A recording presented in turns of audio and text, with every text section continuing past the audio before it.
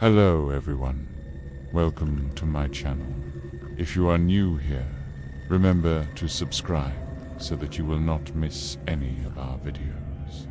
This is a scary Malaysia ghost story from Melaka, one of the most popular and well-known ghost stories in Malaysia. It is about pontianak. This ghost has been haunting the streets of Melaka for hundreds of years. You heard that right, hundreds of years. No wonder when it comes to spooky season. We all know that Malaysia is one of the scariest places to be in. Before we begin, do let me know in the comment section below if you have ever heard this story before. Also, remember to hit the like button and share this video with your friends if you love watching scary videos like this. Without further ado, let's get into the story. Once upon a time in Melaka, there was a young Chinese woman who was the only child of a rich family. She lived in a huge mansion with her parents. Although she was born into a wealthy family, she was a kind and helpful girl who would often help the poor and those in need. She was known by the name Annika. Despite her wealth, she always felt lonely and yearned for love and affection. She would often sit by the window, gazing out at the world, dreaming of having someone to call her own. One day, while walking through the bustling streets of Melaka, she met a handsome Malay man named Mat Hassan. They fell in love and soon decided to get married. On the day of their wedding, the entire town was invited to celebrate. There were games, music, and dancing, and a happy couple rode on a golden chariot pulled by white horses. The celebration lasted for days, and Annika couldn't help but feel that this was the happiest moment of her life. However, little did she know that her happiness was about to turn into a nightmare.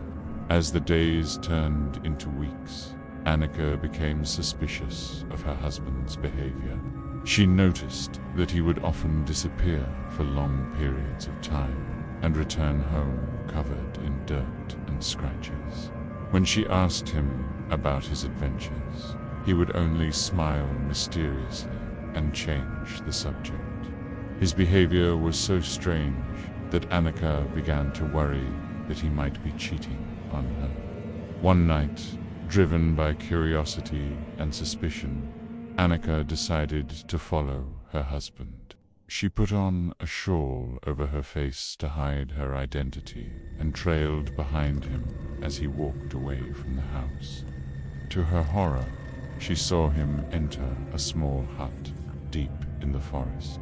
As Annika stood outside the hut, she heard strange sounds coming from inside. It was then that she realized that the man she had married was not what he seemed.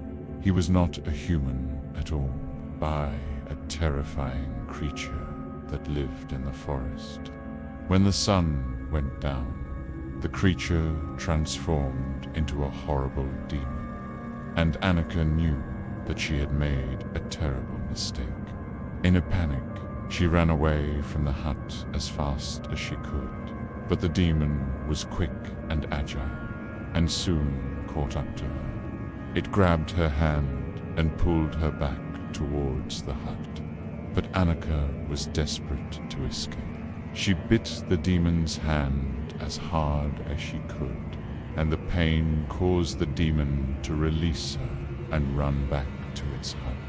Annika ran all the way home, where she collapsed on the floor, too exhausted to move. Her entire body was covered in scratches and bruises, and she was shaking with fear and exhaustion. As she lay on the floor, she thought about how she had been tricked by the demon. She had been so foolish to trust a stranger, and now she had put herself in danger. Meanwhile, the demon was pacing inside its hut, furious about being bitten by Annika. It was a powerful creature that had lived in the forest for centuries, and no human had ever dared to defy it. It was enraged by Annika's actions and vowed revenge. The demon decided that it would use its powers to turn Annika into a pontianak, a female vampire that feeds on the blood of humans.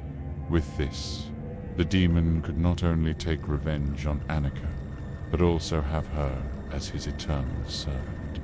As the demon prepared to carry out its evil plan, Annika slowly recovered from her injuries. She was still afraid of what the demon might do to her, but she was determined to fight back. She knew that the only way to defeat the demon was to use its own powers against it. So she started to study everything she could about demons and vampires in order to find a weakness that she could exploit. After days of research, Annika found a way to turn the demon's powers against it. She made a plan to lure the demon out of its hut, and then trap it using its own powers. When the demon came for her, she led it away from the house and into the forest.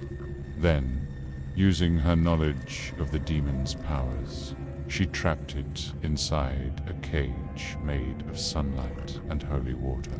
The demon struggled against the cage, but it was no use. It was trapped and weakened by the power of sunlight and holy water. And then Annika took her revenge on the demon. She used its own powers to drain the demon of its strength and energy. And finally, with a surge of power, she banished the demon back to hell from where it came. After the demon was gone, Annika returned home and lived the rest of her life in peace. She never forgot the horror of what she had experienced, but she was grateful that she had been able to defeat the demon and protect herself. From that day on, Annika became known as the heroine of Melaka. People told stories of her bravery around campfires, and children were warned to stay away from the forest after sunset to avoid the wrath of the pontianak. The legend of the pontianak became part of Melaka's folklore, and the tale of Annika's bravery was passed down for generations. The end. Do let me know in the comments section below what you think about this story. We would love to hear your thoughts. Also, don't forget to subscribe so that you won't miss any of our future uploads. Thank you for watching, and we shall see you in our next video. Bye.